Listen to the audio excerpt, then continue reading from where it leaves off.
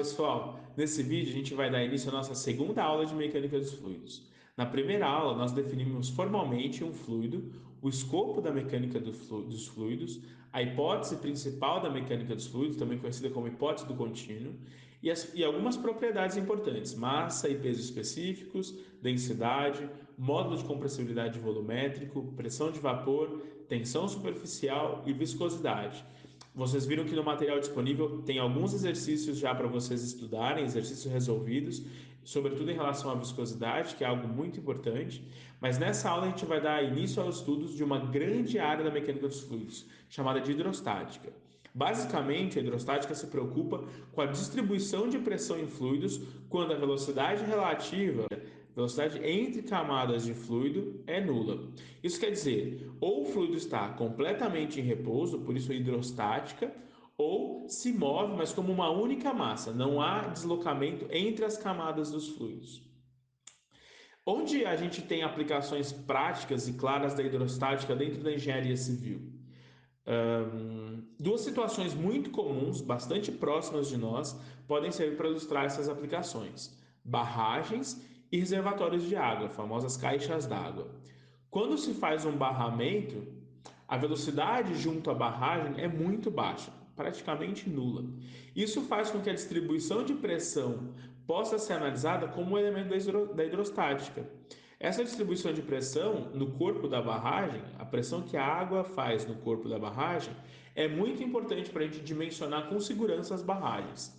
A pressão causada pela água na parede da barragem gera esforços que podem tombar a barragem, percolar a água pelos poros, fazer com que efeitos não desejáveis apareçam. Então, por isso é importante o estudo da hidrostática.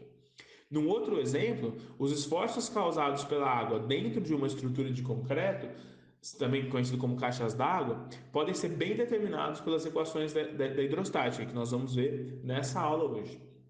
Bom, nessa e nas próximas aulas. Vamos pegar uma cunha de fluido. O que é isso? Um pequeno volume tirado do meio de um fluido qualquer, tá? Vamos supor que esse volume tem dimensões ΔZ, ΔX e profundidade B. Ao retirar esse volume do seio do fluido, as direções de corte vão aparecer, porque a gente está retirando esse pedaço de fluido que estava em equilíbrio. Em nosso caso, nós temos a pressão na direção X, PX, a pressão na direção Z, PZ, e a pressão perpendicular ao plano de corte, PN. E também tem o peso da cunha que aparece como esforço. Vamos analisar as forças em todas essas direções, na direção X e na direção Y. Na direção X, fazendo um balanço de força, nós temos Px vezes ΔZ vezes B, menos pressão Pn vezes ΔS vezes B, vezes o seno de θ igual a zero. Vejam só, a força na direção X está aplicada nessa face que tem área ΔZ vezes B. A força P, a pressão PN está aplicada na área do plano de corte, nessa área que é inclinada. Então, ela mede delta S vezes B, essa área. E a gente faz seno de θ para... Como delta S vezes seno de θ é igual a delta Z, então a gente tem que a pressão PN é igual à pressão PX. Isso já dá um importante elemento. A pressão nunca varia na horizontal, tá bem? A pressão não varia na direção horizontal. Agora, vamos fazer outro balanço, o balanço na direção Z.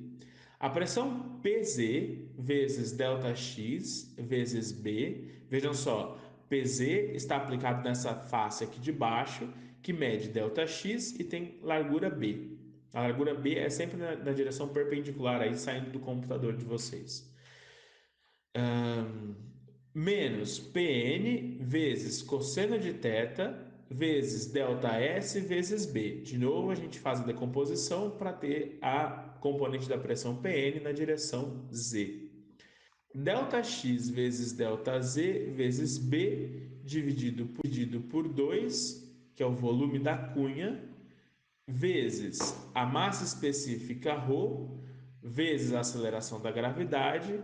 Isso aqui é o peso da cunha. a somatória de todas essas forças deve ser zero.